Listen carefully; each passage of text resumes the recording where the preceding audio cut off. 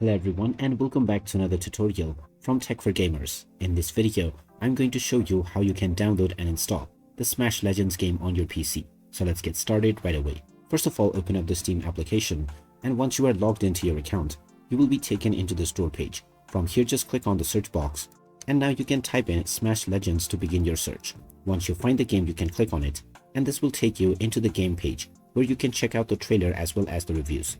Scroll down and click on the Add to Library button, and the game will be added to your Steam library. You can then click on the Play Game or the Play Now option to choose your install location to start the installation.